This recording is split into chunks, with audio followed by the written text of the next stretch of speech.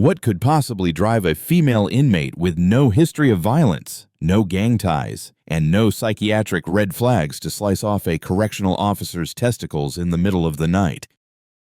This isn't gossip. This isn't clickbait. It happened.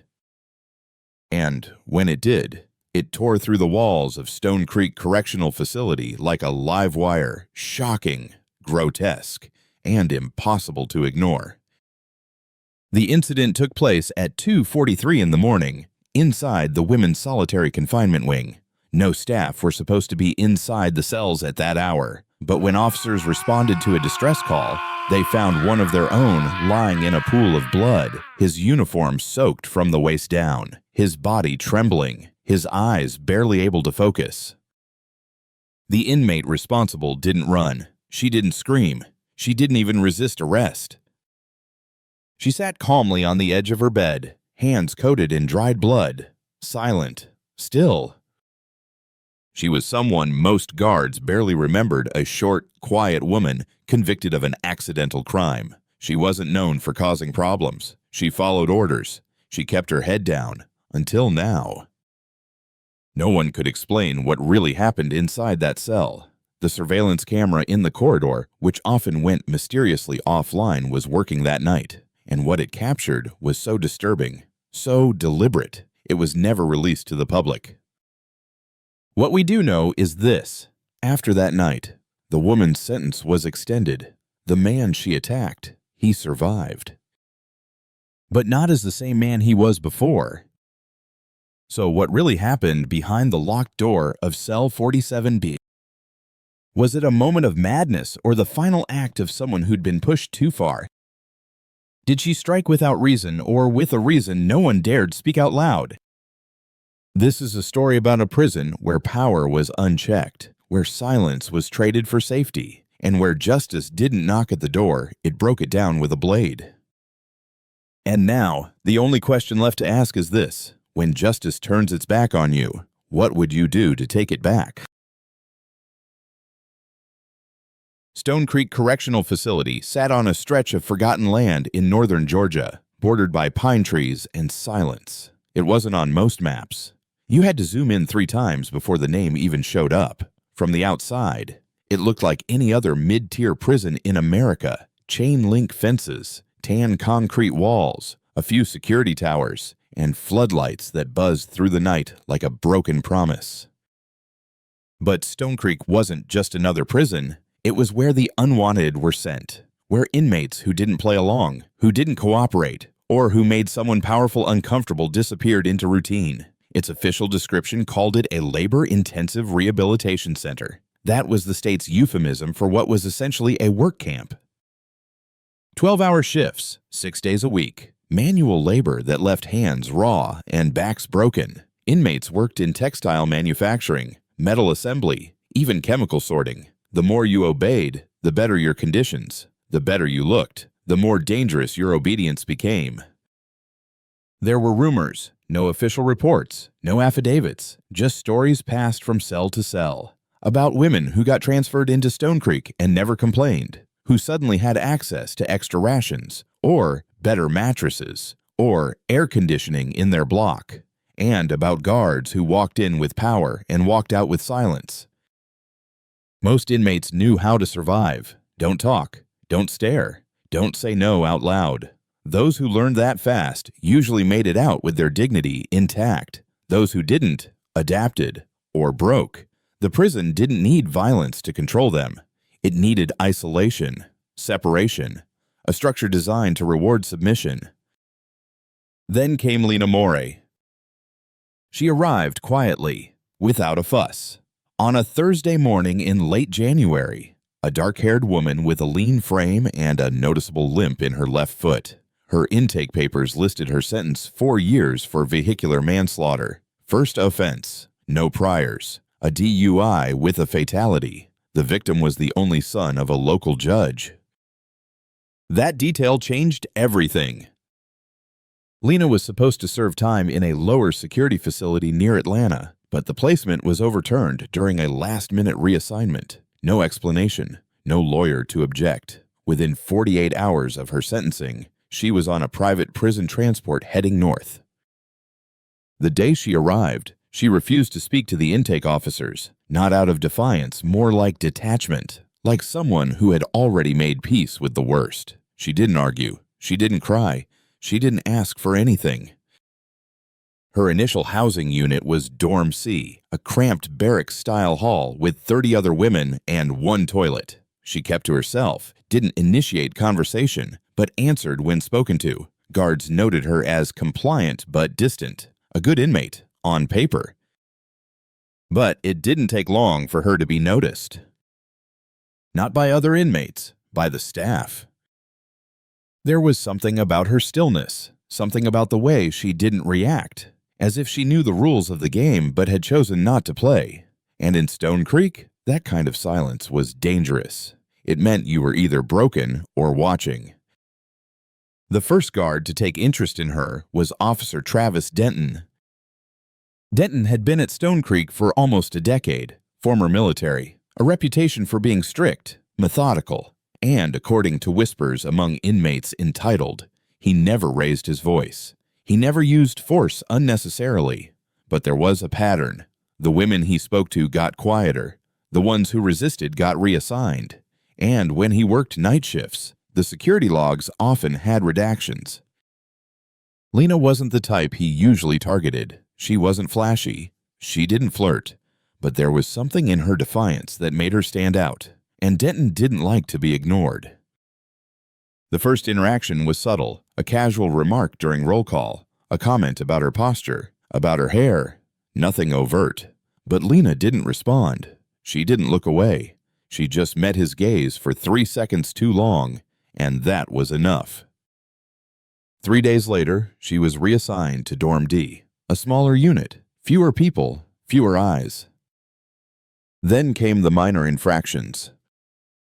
A delayed return from work duty, a misplaced tool, an accusation of disrespecting a staff member, each one added to her file, each one completely unverifiable. Then solitary. The official reason, insubordination. The real reason she had said no. It wasn't a loud no. It wasn't a protest. It wasn't screamed or written in a letter. It was a quiet refusal, given in a hallway when no one else was near. A no to a suggestion, a gesture, a promise wrapped in a threat.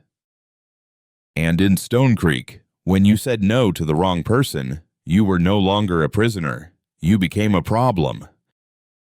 And problems got locked away. Solitary confinement at Stone Creek wasn't just isolation, it was erasure.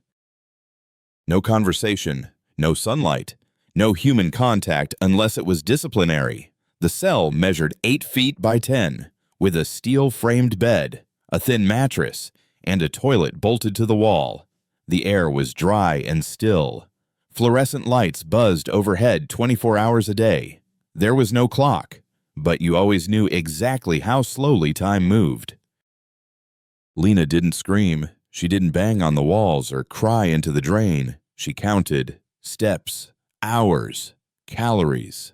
She tracked the guards' routines, memorized the sound of keys, the timing of meals, the length between rounds. She began to write in her head, not letters, instructions. The only consistent visitor she had was Travis Denton.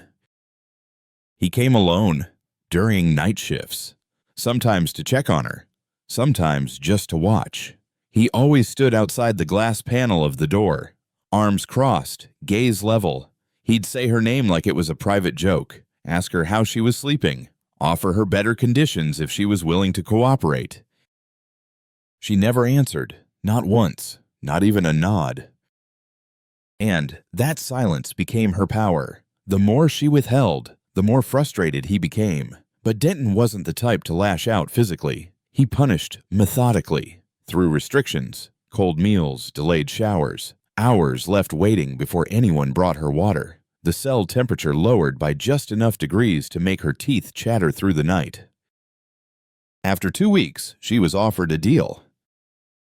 She could return to general population, resume work duty, regain limited privileges. All she had to do was apologize. She refused. Denton delivered the news himself. No escort, just him, standing in front of her door that night, clipboard in hand, smirk on his face. "You think you're strong, Lena," he said, "but strength's not about how long you last in a box. It's about knowing when to fold." She didn't blink. "You'll break eventually. They all do." She looked at him for a long time, her face blank, her lips pressed tight, and said the first words she'd spoken in days. "Not all of them." He stared at her for 3 full seconds. Then he laughed. The sound echoed down the corridor like something broken loose from deep inside him. The next day, she was removed from solitary, but not returned to her old dorm. They put her in a single-occupant unit at the far end of Block D. No neighbors, no nearby traffic, one surveillance camera just outside the cell, no camera inside. She was reinstated to workshop labor under direct supervision from Officer Denton. He didn't touch her. Not yet. But the proximity was intentional. He'd walk behind her slowly as she sorted tools, comment on the smell of her shampoo, tell other inmates she was his special assignment. The guards said nothing. The women said less. Most of them had been through something similar.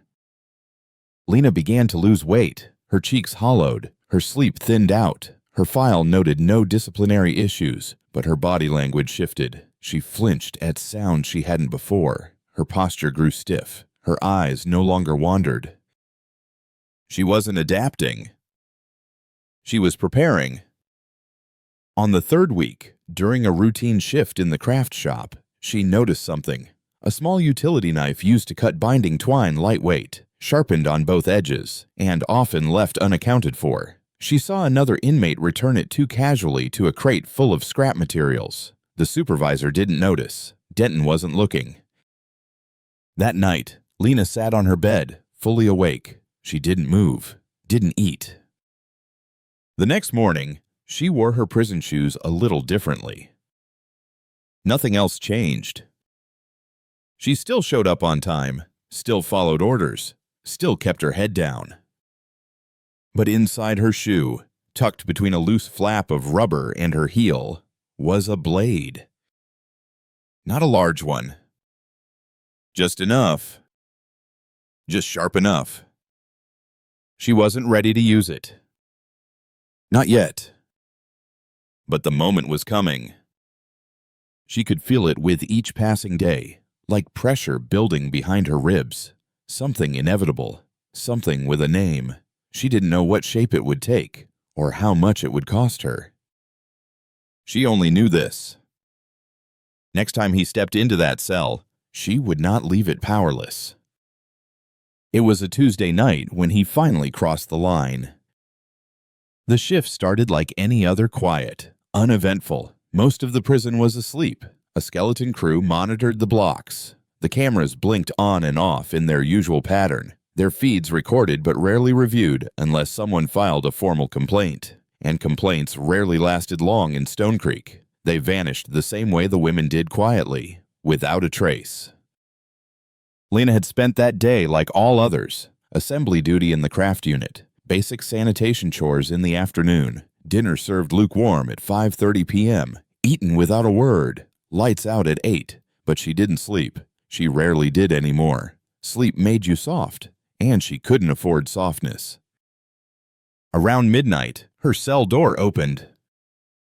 Not fully, just the hiss and clunk of the outer latch.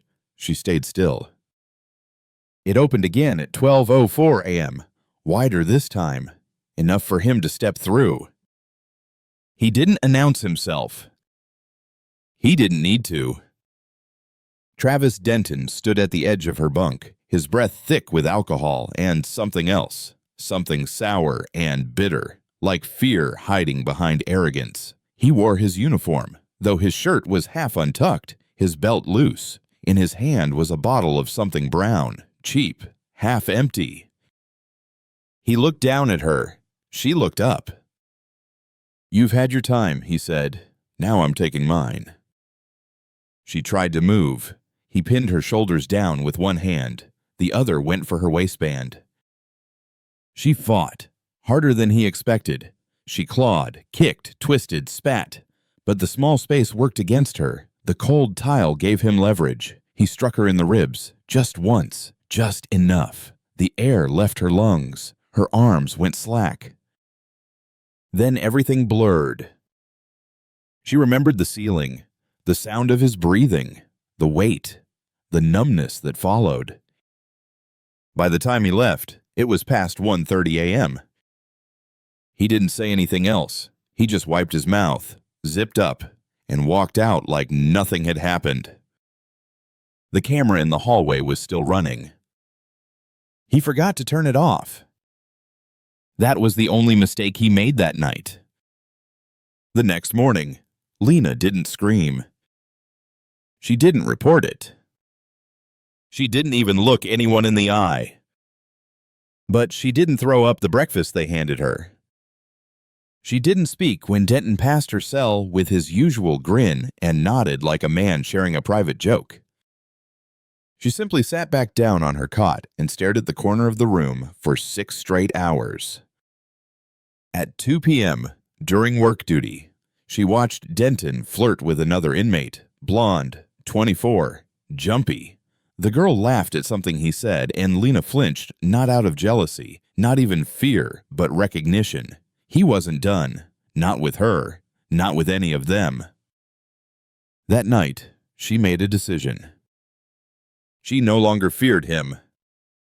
She no longer feared consequences. Whatever was coming, she would meet it on her terms. The next day, she practiced. Not openly, not obviously. She walked to and from her duties with the blade still hidden in her shoe. She mapped the angles of her cell, the soft spots of the human body. She counted steps again, not to pass the time, but to know how long it would take for help to arrive if someone screamed.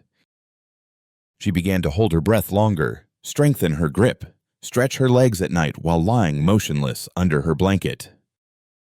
Every movement was a preparation. But Denton didn't return that night. Or the next. He waited 4 more days. Long enough to make her wonder if she was imagining it. Long enough to let her guard drop just slightly. Until he came back again, on a night she was meant to be asleep. He brought her water, a sealed bottle, ice cold, said the machine was broken, said he thought she might want something cleaner. She took it. He smiled, then walked away. She didn't drink it. She stared at it for an hour, then poured it into the toilet and watched the foam cling to the porcelain. The next day, she ate nothing, drank nothing. She was preparing. He didn't know it, but so was she. And the next time he came, she'd be ready. It began in the workshop. Thursday, 10:11 a.m. She was seated at table 4 assembling cardboard inserts for shipping boxes. Her hands moved in rhythm, folding, pressing, sealing, over and over again like it didn't matter. To most of the guards, it didn't. But Lena was watching, listening, not to the instructions being shouted from the front, but to the room itself. Denton was in the far corner, standing with 2 other officers, laughing about something, occasionally glancing in her direction. His eyes didn't linger, but the message was clear. He was coming back. She had known it for days. The water bottle was his way of testing her, checking if she'd resist again, checking how much fight was left in her. And now, he was waiting for the right night to take what he believed was his. But this time, so was she. At 10:22 a.m., she spotted it again. The blade. It was a folding utility knife used to trim excess plastic off the glue cartridges, the kind that got misplaced often because no one tracked tools in a prison shop built on cheap labor. She watched another inmate use it, wipe it carelessly with a rag, then set it down beside a pile of discarded cardboard. The woman moved to the next station. The knife sat alone. Lena didn't move right away. She waited until the guard supervising their row turned to check a checklist. In one smooth motion, she shifted forward, knocked her own stack to the floor, bent to pick it up, and swept the knife into her sleeve. No one noticed. She kept it there for 5 minutes, tucked beneath the fabric of her uniform. When the next break was called, she slipped it into the inside of her shoe, same place where she'd practiced walking with a flat piece of plastic for a week. Her steps didn't change. Her pace stayed steady. She went back to her cell at 6 p.m. that evening. The knife remained hidden.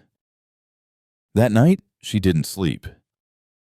She sat on the edge of her cot with her legs curled beneath her, eyes fixed on the small air vent above the toilet. She imagined it was a clock. Each faint vibration was a second. Each second was a step closer to something irreversible. She ate nothing, drank nothing.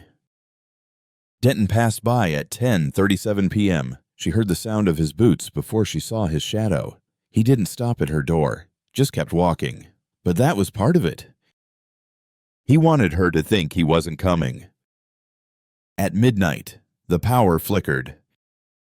Not off, just dimmed, enough to suggest a maintenance glitch or a deliberate tap into the system, something she'd seen before, a small warning for what came next. At 12:14 a.m., she heard the latch. The outer door released with a soft metallic click.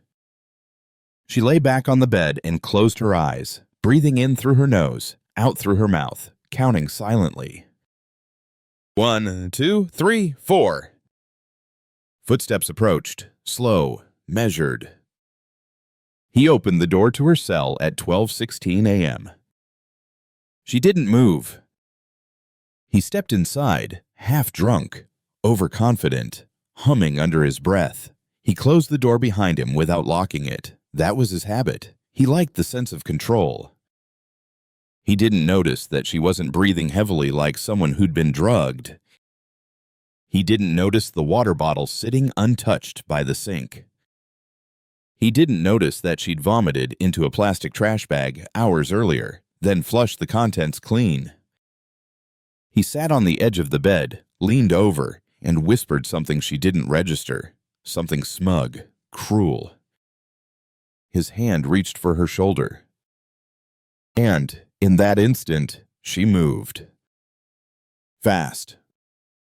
Faster than he expected, faster than he thought she could. She brought her knee up hard into his ribcage, pushed off the mattress, and drove her palm into his throat. He gasped, stumbling backward, hitting the edge of the bunk. Before he could shout, she was already standing. The knife was in her hand. She didn't hesitate. And, in that one perfect second, fueled by weeks of fear, humiliation, and rage, she lunged. She didn't aim for his face. She didn't go for his chest. She went for exactly what he had used to destroy her. She struck downward. Once. Hard. Then everything blurred. He screamed. A sound unlike anything she had ever heard. Not angry, not even human, just raw, animal pain. Blood hit the floor in thick slaps. He tried to crawl backward, clutching himself, both hands soaked and shaking. He looked at her like he didn't recognize her, like she was a ghost. She stood over him, frozen. She didn't finish him. She didn't move. She just stood, breathing fast, body trembling not from adrenaline, but from release. Somewhere outside the block, a door slammed. Another officer's voice echoed faintly, calling a name. The camera in the hallway was still recording. She'd made sure of it. She didn't try to hide the blade. She placed it on the edge of the sink and sat down on the bed, waiting. The first officer on the scene froze. He wasn't new, But he had never seen anything like that before. Travis Denton, one of the most senior staff in the prison, was lying on the cell floor, his uniform soaked from the waist down, his hands trembling, coated in blood. His face was pale, his eyes unfocused, mouth opening and closing like he was trying to scream, but had forgotten how. Lena was sitting on her bed. She didn't say a word. The blade was still in plain sight, resting near the sink, untouched since the moment she placed it there. The officer radioed for emergency medical response. What happened next unfolded in a blur of movement and protocol. Sirens inside the facility rang once, then again. More officers rushed in. A medic team arrived within 6 minutes. They loaded Denton onto a stretcher, stabilizing him with pressure and fluids, trying to stop the bleeding. He was conscious, barely, moaning, mumbling something they couldn't understand. One of the younger guards who helped carry him out vomited into a trash bin 10 feet from the cell. Lena remained still. She was handcuffed, walked down the hall without resistance. Not a single word, S3xually, no expression, no plea. They placed her in full isolation, different from solitary. No mattress, no blanket, no window, just white walls and a steel bench. She didn't complain. She didn't sleep.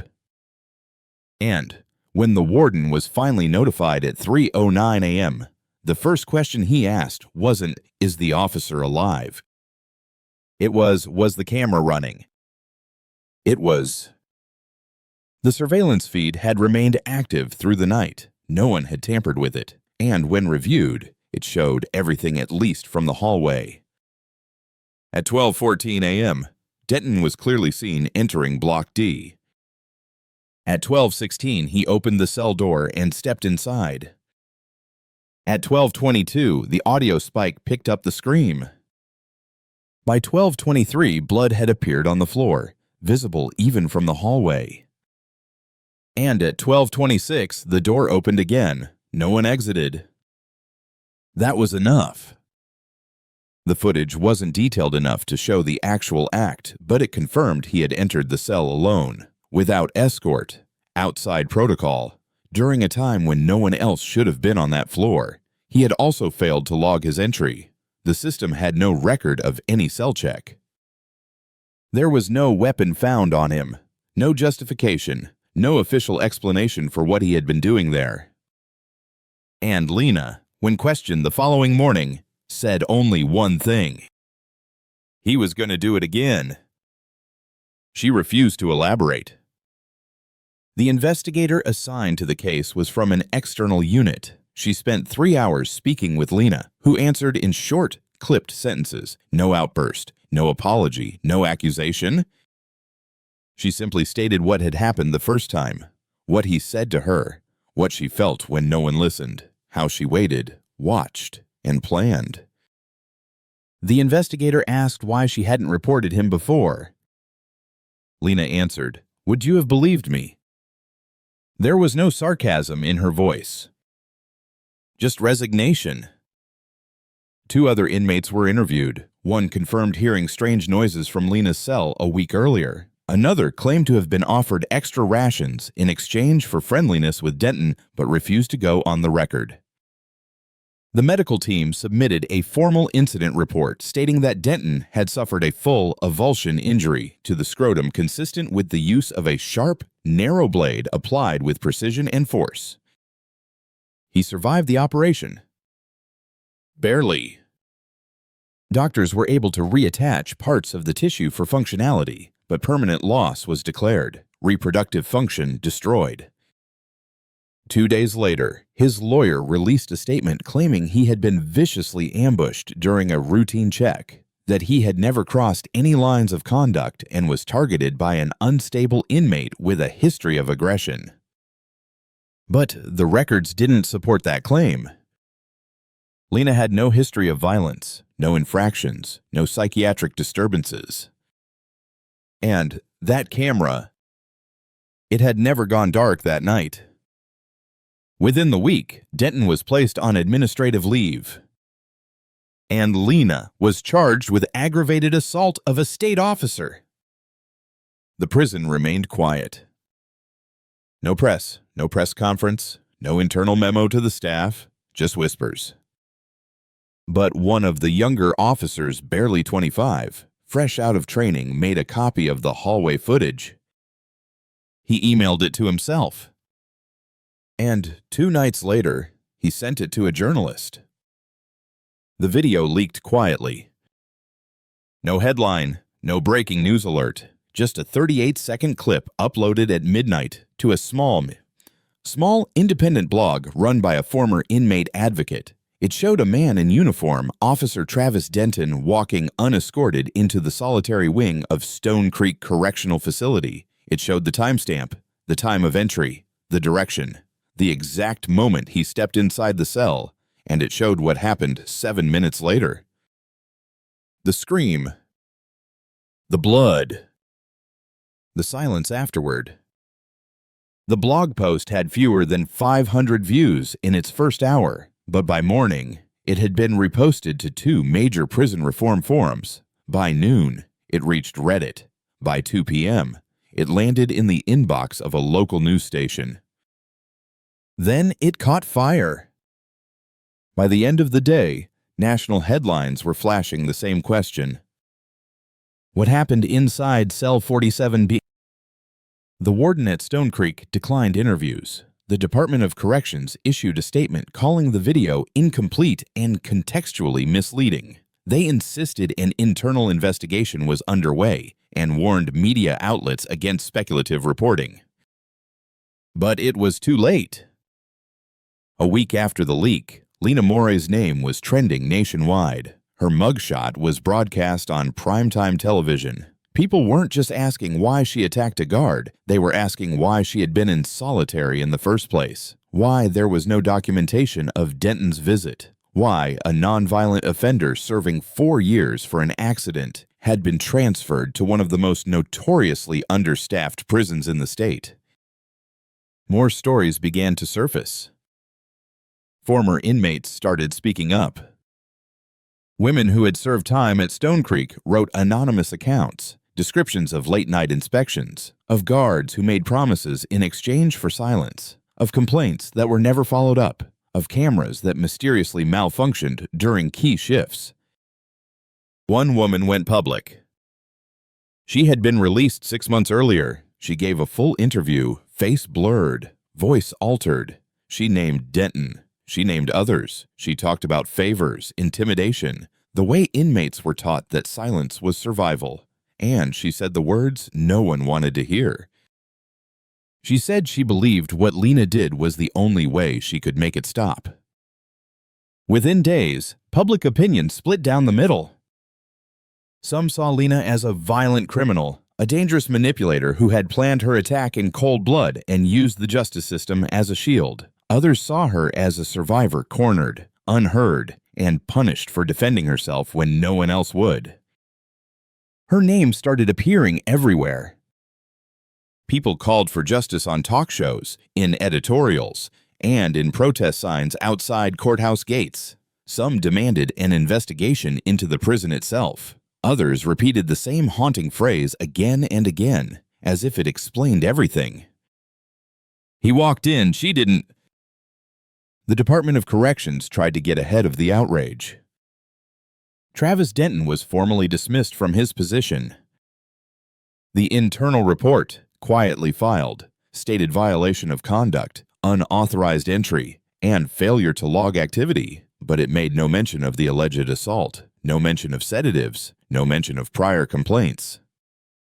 The state prosecutor, under pressure from both political offices and public outrage, reduced Lena's charge from attempted murder to aggravated assault. A psychiatric evaluation confirmed she had been under extreme psychological distress at the time of the incident. Her sentence was extended by 11 months.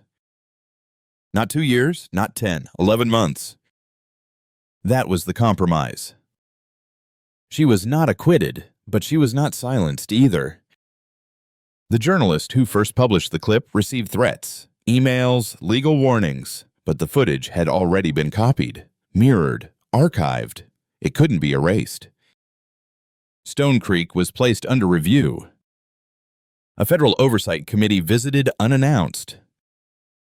They interviewed staff, pored through incident logs, found multiple inconsistencies in camera activity and staff rotations. 2 other officers were suspended. 1 quietly resigned. Internal memos leaked memos that suggested Denton had been the subject of informal complaints for years. None had ever made it to HR.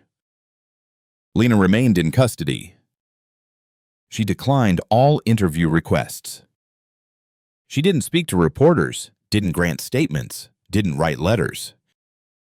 But inside her new cell, this one in a different facility, more regulated, more watched, she waited. For 11 more months. Quiet, patient. Just like before. Only this time, the silence around her wasn't hers alone. It belonged to a system suddenly forced to listen. Lena Morey was released quietly. No cameras, no press, no statement from the prison or the state. One cold Tuesday morning, she walked out through the side gate of a medium security facility 2 hours south of where it all began, holding a small paper bag with her belongings and a voucher for a bus ride home if she had one. She didn't. She didn't go back to her old town, the one that still saw her as the woman who killed a judge's son. She didn't speak to her family. Not yet. She stayed in a halfway house under supervision, working part-time at a commercial laundry service, attending mandatory therapy once a week. On paper, she was just another former inmate re-entering society. But she wasn't. She was a name people remembered, even if they pretended not to. The woman who did the unthinkable. The inmate who had crossed a line most people couldn't even imagine and who, depending on who you asked, either deserved to rot or had never belonged in a cell to begin with. The public hadn't forgotten. Months after her release, she was still the subject of online arguments, podcasts, op-eds, debates on talk shows. Political commentators used her name to argue about prison reform, about abuse of power, about women's rights and the limits of self-defense. Some called her a feminist icon, others a dangerous example. A state senator referred to her as proof of moral decay. An advocacy group called her the price of silence made visible. The truth was, no one really knew how to categorize her. She didn't fit. She wasn't proud. She wasn't broken. She wasn't interested in becoming a symbol. She didn't want a platform. She didn't want to speak. When asked by her counselor if she ever felt guilty, she didn't answer right away. Then, finally, she said, "I feel like I ran out of options, and when that happens, guilt's not the first thing that shows up." It wasn't a justification. It wasn't a cry for help. It was just the closest thing to honesty she had left.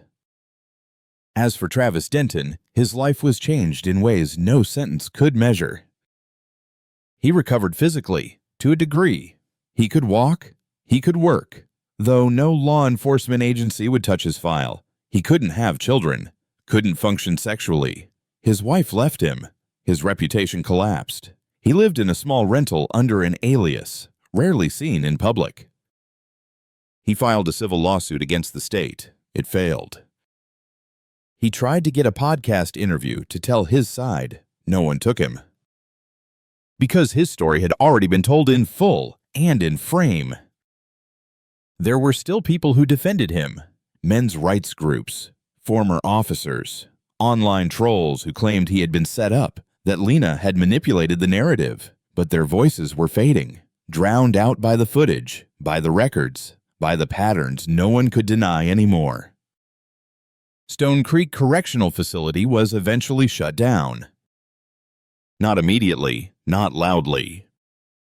But the funding dried up. The lawsuits piled on. A Department of Justice audit exposed years of negligence, abuse, and falsified logs. Within 2 years, the compound was condemned. The gates were sealed. What remained was a memory. A scar in the shape of a prison. And Lena. She started studying again. Nothing official, Just books, articles, volunteer shifts at a trauma recovery center. She never mentioned her past. Most people didn't ask, but those who worked alongside her said she was calm, focused, kind, in a distant sort of way, like someone who still lived slightly behind a wall no one could see. She told one coworker she used to be a nursing student, that she dropped out, that sometimes, when she closed her eyes, she could still hear the buzz of fluorescent lights over her bed, that she sometimes slept with her shoes on. Just in case. Some people said she should have been punished more harshly, that what she did was calculated, brutal, permanent. Others said she never should have been in that position in the first place, that her punishment began long before the blade ever touched skin. And somewhere between those two versions of her life was the truth. Not clean, not comfortable, just real. Justice doesn't always arrive in a courtroom.